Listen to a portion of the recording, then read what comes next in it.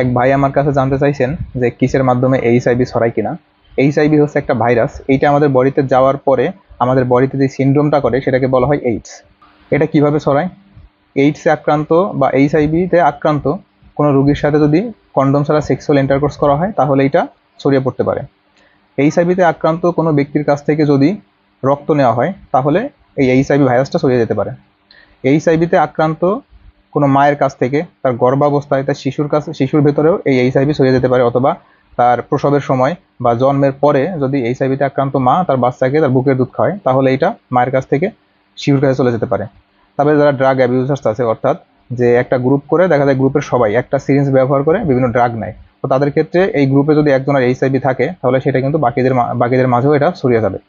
তারপরে এইচআইভিতে আক্রান্ত ব্যক্তি যে ব্লেড বা রেজার ব্যবহার করে, এটা যদি কোনো সুস্থ মানুষ ব্যবহার করে তাহলে তার ভেতরেও ছড়িয়ে যাওয়ার সম্ভাবনা থাকে। এটা কিভাবে ছড়ায় না? যেমন একই সাথে একই ঘরে বাস করলে বা একই প্লেট ব্যবহার করলে, একই গ্লাস ব্যবহার করলে, একই টয়লেট ব্যবহার করলে এগুলো ছড়ায় না। লালার মাধ্যমেও এইচআইভি ছড়ায় না। তাই বলা যায় যে কিস করলে এইচআইভি ছড়ায় না।